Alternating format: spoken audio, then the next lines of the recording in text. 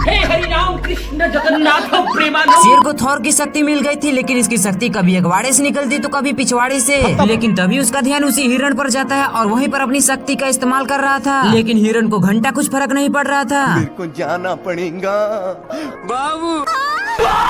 हिरण इसे देखकर सो जाता है और थोड़ी देर बाद जाके देखता है तो वहाँ पे दो कौवे थे जो यूपीएससी की तैयारी में लगे थे। शेर इन दोनों पर अपना टाइम नहीं बर्बाद करना चाहता और लकड़ी का ही दूरबीन बना के हिरण पर फिक्स करके, पर अभी भी इसका निशाना चूक जाता है।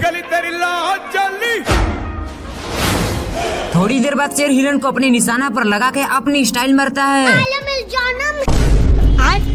लेकिन इसका निशाना तो अभी भी चुकता है, जिससे ऊपर से पत्थर आने लगा और मैं आसमान की ऊंचाइयों में आ गया। शेर हिरण को अपना भोजन बनाने आता है, लेकिन तभी सभी हिरण को कोई गायब कर देता है और इसे कुछ समझ ही नहीं आ रहा था कि तभी इसकी नजर दूर जाती है और कोई स्पाइडरमैन के जैसा हिरण सबको बचा रहा था। मिस्टेक हो गया।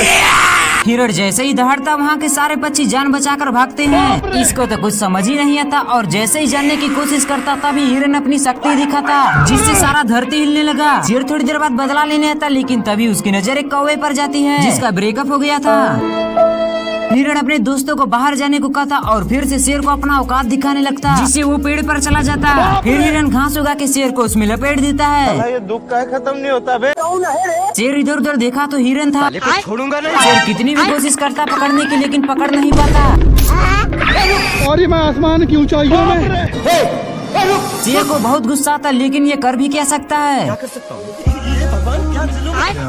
शेर एक पेड़ के डंठल पर बैठता है, जिसके नीचे से हिरण छलांग लगा रहा था, लेकिन तभी ये उसे पकड़ लेता है। लेकिन तभी हिरण उसे एक रस्सी में फंसा कर छोड़ देता है।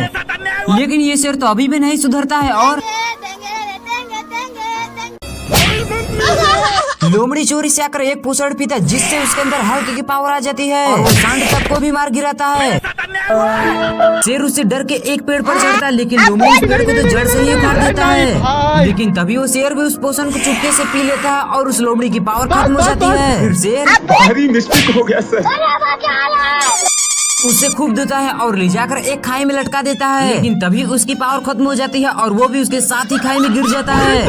फिर दोनों उस पोषण को पीते हैं और आपस में ही लड़ने लगते हैं। तभी शेर सांड से पंगा लेता है और उसे फुटबॉल के जैसे मारता है। छोड़ूंगा नहीं। तभी सांड भी जाकर उस पोषण को पीकर आता है और उन दोनों की पावर खत्म हो जाती है और सांड बोलता है छोड़ूंगा नहीं। शेर उठकर देखा तो हिरण था। फिर शेर भी उसे लेग पीस बनाने के लिए धीरे धीरे उसके पीछे आता, लेकिन तभी वो एक फूल को सूंघ लेता, जिससे उसे इतनी जोर से छींक आती है कि वो दूर जाकर गिरता है। शेर को एक खुरापाती आइडिया था और वो उस फूल को सूंघकर हिरण को पकड़ने का शॉर्टकट आजमाता, लेकिन वो तो हिरण के ऊपर ही बैठ जाता है और हिरण भी सनकल था। उसे ले जाकर फूलों के खेत में छोड़ देता है। शेर छींक को रोकने की बहुत कोशिश करता है, लेकिन हिरण को देखने के चक्कर में फूल सूंघ लेता है। और मैं आसमान की ऊंचाइयों में। शेर नीचे आके देखा तो एक कौवा उससे कहता। शेर को एक आइडिया था और वो अपनी पूंछ से फूल को साफ करके उल्टा चलने लगा, लेकिन तभी वो उल्टा चलने के चक्कर में हिरण के नाक में अपनी पूंछ डाल देता है और हिरण जैसे ही छींका, साला ये दुख का खत्म नहीं होता बे।